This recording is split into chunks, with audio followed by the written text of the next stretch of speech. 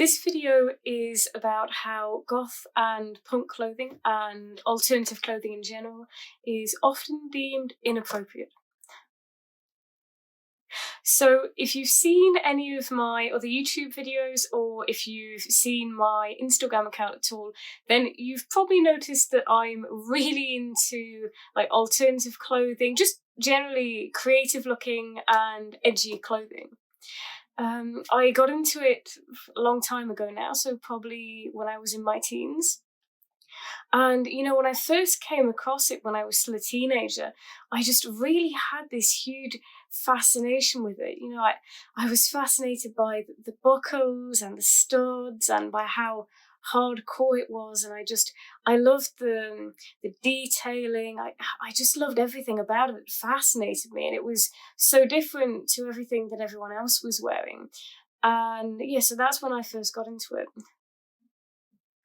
I mean, we're in 2020 now, and there've been a lot of changes. A lot of things have changed. One of the things I've noticed is, in terms of hair, for example, hairstyles. So I'm pretty sure that there were some hairstyles that were accepted for boys, even back when I was at school, probably. But those hairstyles never would have been accepted for girls, because on girls they would have been seen as way too edgy. But then with boys it was just acceptable. So like if your hair was really short in a particular way, then it would have been okay for boys to have their hair spiked, but it definitely wouldn't have been okay for girls.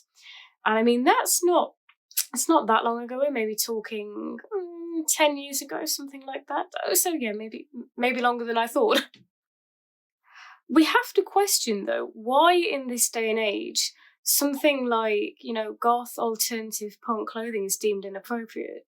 I mean, you can understand it in certain work settings where the roles are customer facing, but for everything else, I mean, when we think of what inappropriate usually symbolises, in society it usually symbolises being too casual, showing too much skin. But I find that, obviously, again, it depends on the type of alternative style. But if you look at things like Victorian Gothic styles, where you're wearing sort of very flouncy, old-fashioned style blouses and shirts and things like that, I think it's quite often a lot more covering the mainstream styles. I mean, a lot of alternative people, I mean, I know that I can't really speak for other people, but for me, I remember when I made the switch and I was already dressing alternative, but when I stopped feeling like I had to get really done up to go out, I stopped feeling like I had to look really feminine when I went out. And, I'd wear things like hoodies and waistcoats and all of these things, and it was all layering. So I was actually a hell of a lot more covered than most other people who were out for the night, who were out for the evening.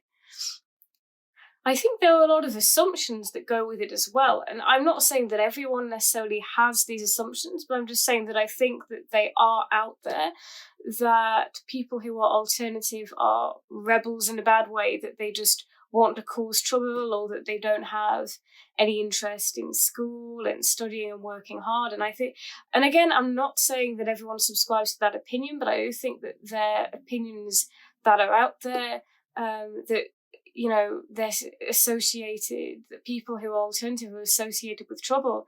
And I know that for me personally, I worked really hard in school. I mean, I was actually probably considered a goody two-shoes in a lot of ways. I mean, I never got into trouble. I always did my work. I remember at times doing extra homework just in case I'd gotten it wrong and we had to do something that we didn't have to do.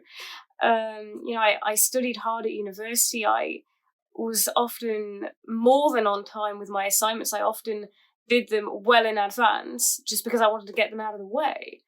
So, so I do think that there are a lot of negative assumptions about it, and just a lack of understanding of why people want to dress differently and why they dress the way that they dress. For me, it's actually about depth. It's about having questioned the societal assumptions that we have today about beauty, about how we should show up, and the way that society often judges us for our looks and the way that we're expected to fit into that, because we think that that's going to help us feel accepted.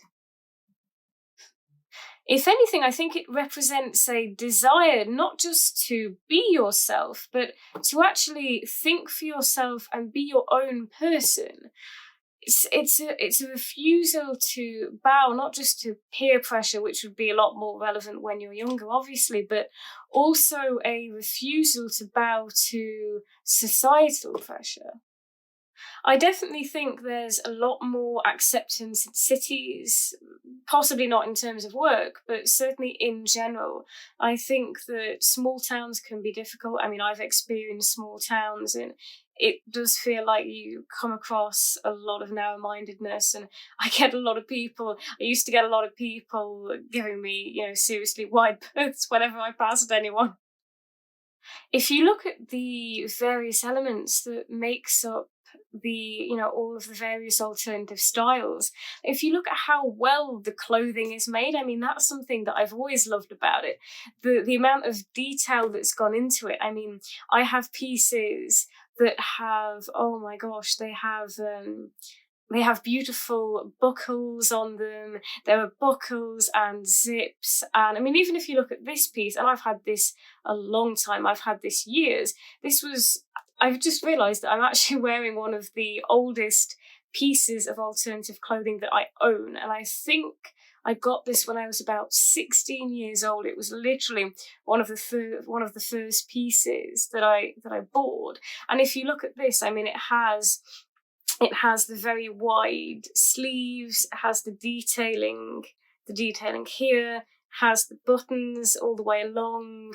It has all of the clips. There are actually extra pieces to this that that aren't actually on this top at the moment. There should be pieces hanging from here that attach up here at the shoulders. But I mean, that's what I love about it. It's the details and how well some of these pieces of clothing are actually made.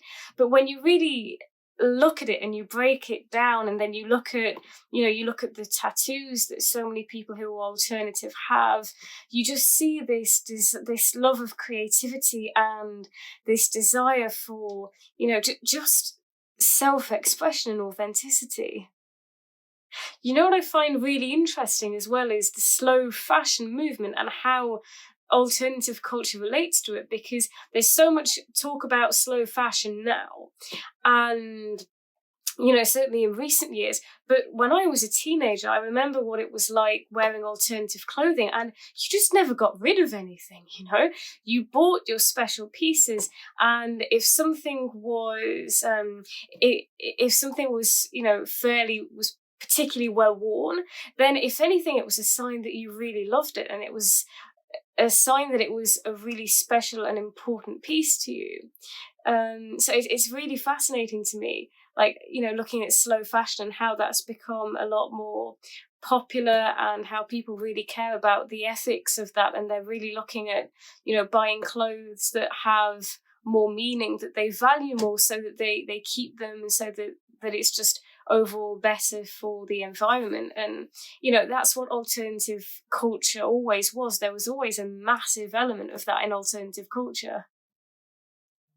It's really crazy to me that, in the year 2020, after we've seen so much, after we've seen so many people who've been really, really genuinely successful, not just financially successful, but who have, given so much to the world because they've been themselves, and because they've just followed their passions and what they were really passionate about.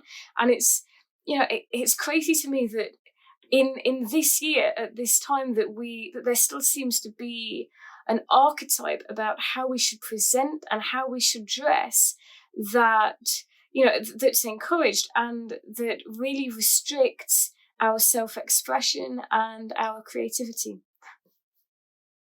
If you've related to any of this in any way, then, I'd love you to leave a comment. You can also go and find me on Instagram. I'll put my Instagram handle on there. And if you'd like to see more of my videos, then please hit the subscribe button, and I will see you soon.